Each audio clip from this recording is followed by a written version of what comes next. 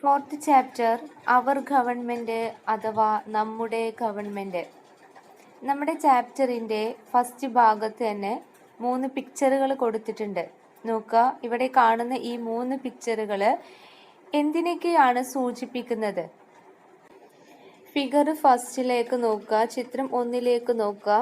അത് എന്തിനെ കുറിച്ചിട്ടുള്ള പിക്ചറാണ്? പാർലമെന്റ് ആണ്. എന്താണ്? പാർലമെന്റ് ആണ്.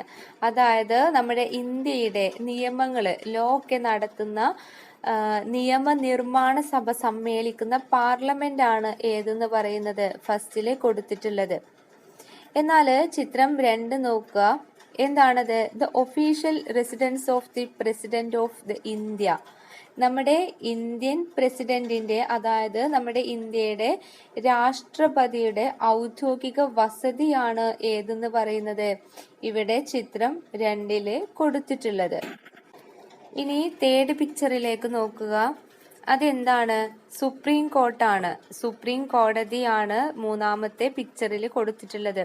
അതായത് നമ്മുടെ നീതിന്യായ വ്യവസ്ഥയുടെ പരമോന്നതമായിട്ടുള്ള സ്ഥാപനമാണ് ഏതെന്ന് പറയുന്നത് സുപ്രീം കോർട്ട്. ആ ഒരു സുപ്രീം കോടതിയുടെ പിക്ചറാണ് 3ാമതായിട്ട് കൊടുത്തിട്ടുള്ളത്.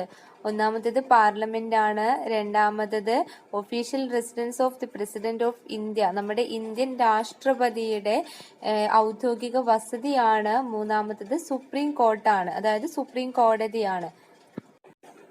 ഇവിടെ കണ്ട ഈ 3 പിക്ചറുകൾ, അതായത് പാർലമെന്റിന്റെയും അതുപോലെ തന്നെ ഇന്ത്യൻ പ്രസിഡന്റിന്റെ ഒഫീഷ്യൽ റെസിഡൻസിന്റെയും സുപ്രീം കോർട്ടിന്റെയും ഈ 3 പിക്ചറുകളും ഗവൺമെന്റിന്റെ ഓർഗൻസിനെ ബേസ് ചെയ്തിട്ടുള്ള പിക്ചറുകളാണ്. ഗവൺമെന്റിന്റെ ഓർഗൻസിനെ ബേസ് ചെയ്തിട്ടുള്ള പിക്ചറുകളാണ്. അതായത് ഇവിടെ കൊടുത്തിട്ടുള്ള പാർലമെന്റ്, അതുപോലെ തന്നെ ഇന്ത്യൻ പ്രസിഡന്റിന്റെ ഔദ്യോഗിക വസതി, അതുപോലെ സുപ്രീം കോടതി, ഇവ 3ഉം ഗവൺമെന്റിന്റെ 3 ഘടകങ്ങളുമായി ബന്ധപ്പെട്ടിട്ടുള്ള സ്ഥാപനങ്ങളാണ്. 3 ഘടകങ്ങളുമായിട്ട് ബന്ധപ്പെട്ടിട്ടുള്ള സ്ഥാപനങ്ങളാണ് ഇവിടെ കൊടുത്തിട്ടുള്ളത്.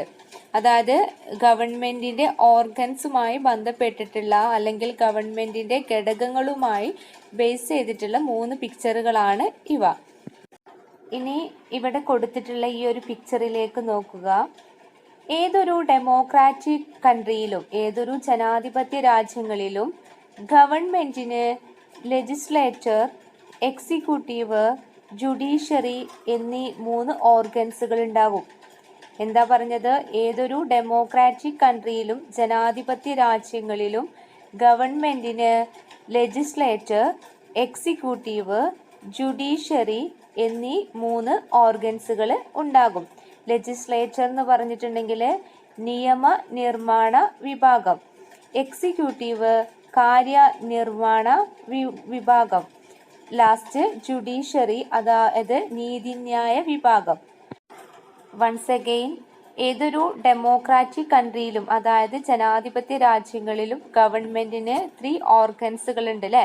ഏതൊക്കെയാണ് ആ 3 ഓർഗൻസ് എന്ന് നമ്മൾ പറഞ്ഞിട്ടുള്ളത്? 1 ലെജിസ്ലേച്ചർ അഥവാ നിയമനിർമ്മാണ വിഭാഗം, 2 എക്സിക്യൂട്ടീവ് അഥവാ കാര്യനിർമ്മാണ വിഭാഗം, 3 ജുഡീഷ്യറി അഥവാ നീതിന്യായ വിഭാഗം.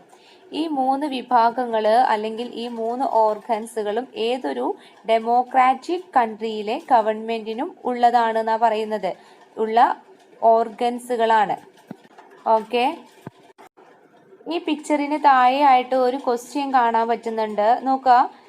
Write a short note on the organs of the government based on the given picture. എന്താ പറയുന്നത്? തന്നിരിക്കുന്ന ചിത്രത്തിന്റെ സഹായത്തോടെ ഗവൺമെന്റിന്റെ ഘടകങ്ങളെ കുറിച്ച് കുറിപ്പ് തയ്യാറാക്കുക. ഗവൺമെന്റിന്റെ ഘടകങ്ങൾ അല്ലെങ്കിൽ ഓർഗൻസ് ഓഫ് ഗവൺമെന്റിന്റെ ഓർഗൻസുകൾ ഏതൊക്കെയാന്ന് നമ്മൾ പഠിച്ചു.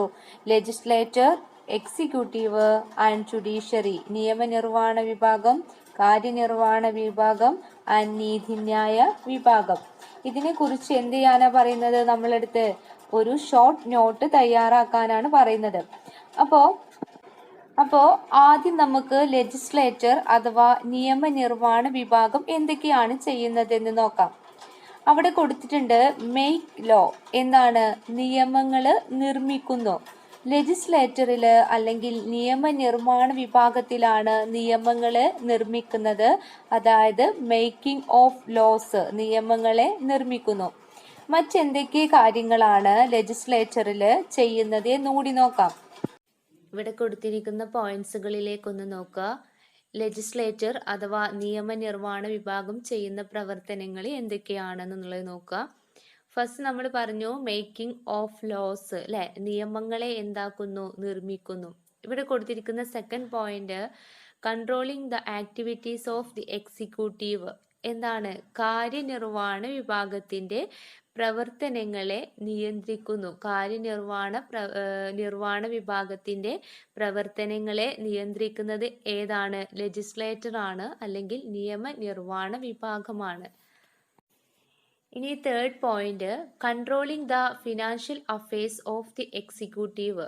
എക്സിക്യൂട്ടീവിന്റെ അല്ലെങ്കിൽ കാര്യനിർവ്വഹണ വിഭാഗത്തിന്റെ സാമ്പത്തികപരമായിട്ടുള്ള ബന്ധങ്ങളെ എന്ത് ചെയ്യുന്നു? കൺട്രോൾ ചെയ്യുന്നു അല്ലെങ്കിൽ നിയന്ത്രിക്കുന്നു. ഫിനാൻഷ്യൽ അഫയേഴ്സിനെ എന്ത് ചെയ്യാണ്? നിയന്ത്രിക്കുന്നു. Fourth point electing the head of the state, അതായത് സംസ്ഥാന തലവനെ എലക്ട് ചെയ്യുന്നു. എലക്ട് ചെയ്യാന്ന് പറഞ്ഞാൽ തെരഞ്ഞെടുക്കുന്നു. സംസ്ഥാനത്തിന്റെ തലവനെ തെരഞ്ഞെടുക്കുന്നു. ഇത് അവിടെ ബ്രേക്കറ്റിലേക്ക് കൊടുത്തിട്ടുണ്ട്. ഇൻ സം കൺട്രീസ്, ഇത് ചില രാജ്യങ്ങളിൽ മാത്രമാണ് കേട്ടോ.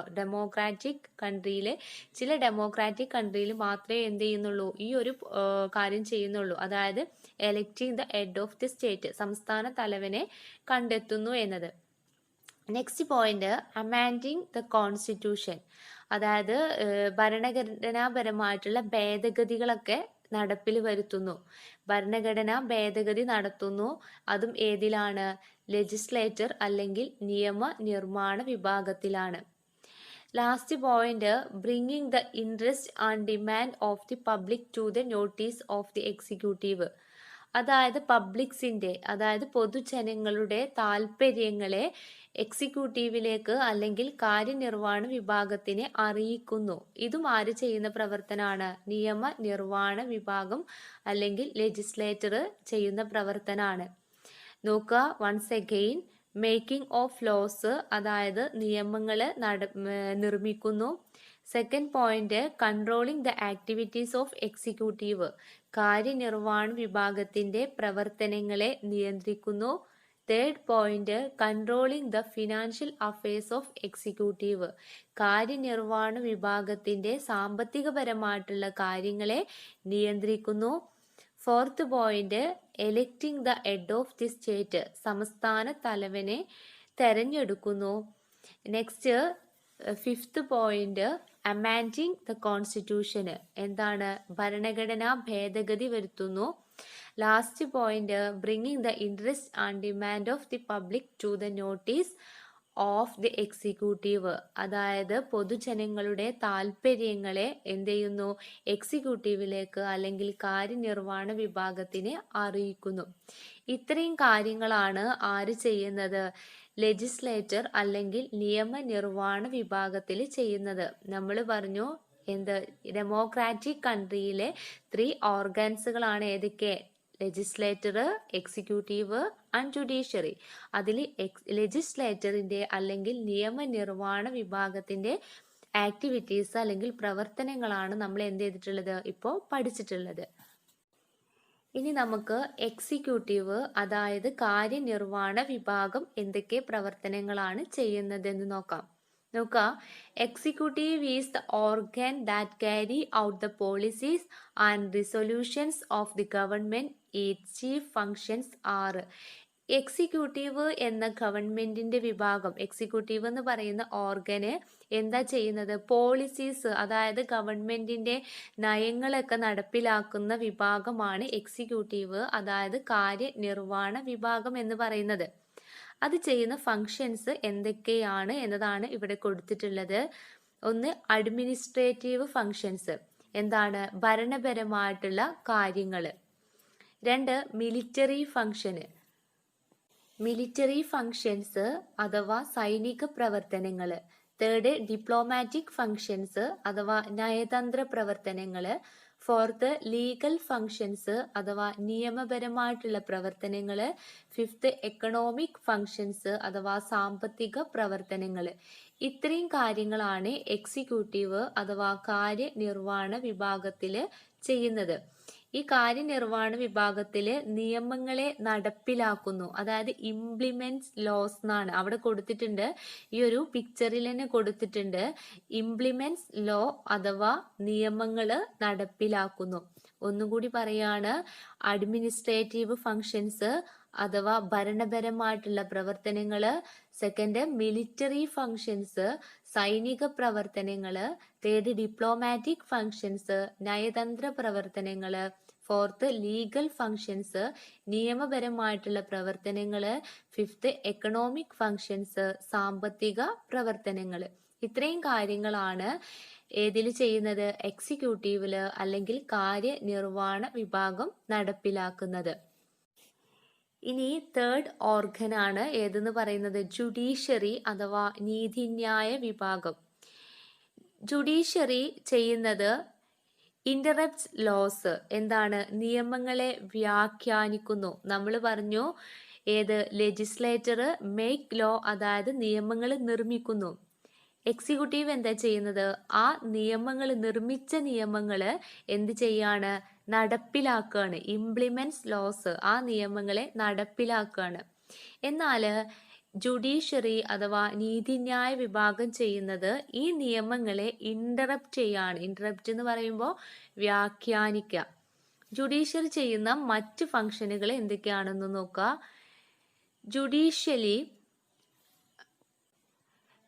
Judiciary functioning is related to the court of law. അതായത് കോടതിയിലെ നിയമങ്ങളുമായിട്ട് റിലേറ്റഡ് ചെയ്തിട്ടുള്ള ഒന്നാണ് ജുഡീഷ്യറി അഥവാ നീതിന്യായ വിഭാഗം. കോടതി നിയമങ്ങളുമായിട്ട് റിലേറ്റഡ് ചെയ്ത് ബന്ധപ്പെട്ട് കിടക്കുന്നതാണ് ജുഡീഷ്യറി അല്ലെങ്കിൽ നീതിന്യായ വിഭാഗം എന്ന് പറയുന്നത്. സെക്കൻഡ് പോയിന്റ് നോക്കുക. The supreme court is the highest court of the justice in India. നമ്മുടെ ഇന്ത്യയിലെ ഹയസ്റ്റ് കോർട്ട് എന്ന് പറയുന്നത്, ഏറ്റവും പരമോന്നത കോടതി, ഉന്നതമായ കോടതി എന്ന് പറയുന്നത് സുപ്രീം കോടതിയാണ്. Third point, high court is the highest court of justice within state.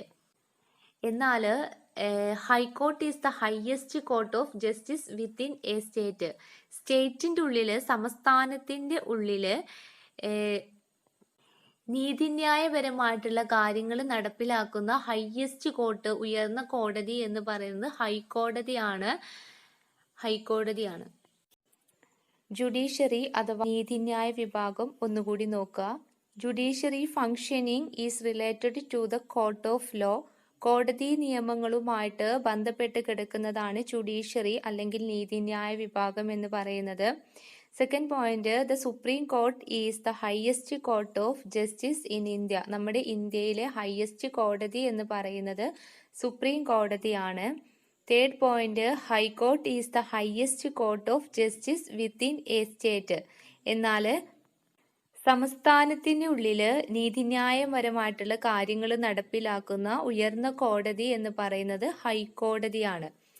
ഇത്രയും കാര്യങ്ങളാണ് നമ്മുടെ ഇന്ത്യന്റെ ഗവൺമെന്റിന്റെ ഓർഗൻസ് എന്ന് പറയുന്നത്. ഏതൊക്കെയാണ്? Legislature, executive and judiciary. നിയമനിർവ്വഹണ വിഭാഗം, കാര്യനിർവ്വഹണ വിഭാഗം, നീതിന്യായ വിഭാഗം. നമ്മുടെ പുസ്തകത്തിൽ കൊടുത്തിട്ടുള്ള ഈ ഒരു പിക്ചറിലേക്ക് നോക്കുക. നമ്മുടെ ഗവൺമെന്റിന്റെ ഓർഗൻസിനെ സിമ്പിളായിട്ട് ഷോർട്ടായിട്ട് പറയുകയാണെങ്കിൽ എന്ത് ചെയ്യാണ്? ലെജിസ്ലേച്ചർ എന്ന് പറയുന്ന ഓർഗൻ എന്ത് ചെയ്യാണ്? മേക്ക് ലോ, നിയമങ്ങൾ നിർമ്മിക്കുന്നു. ഇങ്ങനെ നിർമ്മിച്ച നിയമങ്ങളെ, ലെജിസ്ലേച്ചർ വിഭാഗം നിർമ്മിച്ച നിയമങ്ങളെ എന്ത് ചെയ്യാണ്?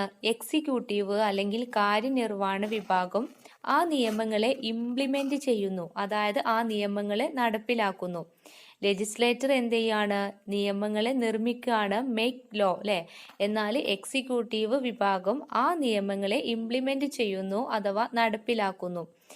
ഒരു വിഭാഗം നിയമങ്ങളെ നിർമ്മിക്കുന്നു, മറ്റൊരു വിഭാഗം എന്ത് ചെയ്യുന്നു? നിയമങ്ങളെ നടപ്പിലാക്കുന്നു.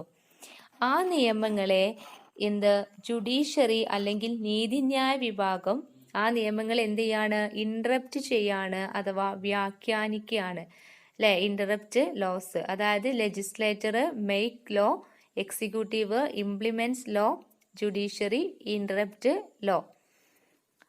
നിയമനിർവ്വഹണ വിഭാഗം നിയമങ്ങൾ നിർമ്മിക്കുന്നു, കാര്യനിർവഹണ വിഭാഗം നിയമങ്ങൾ നടപ്പിലാക്കുന്നു. നീതിന്യായ വിഭാഗം നിയമങ്ങളെ വ്യാഖ്യാനിക്കുന്നു.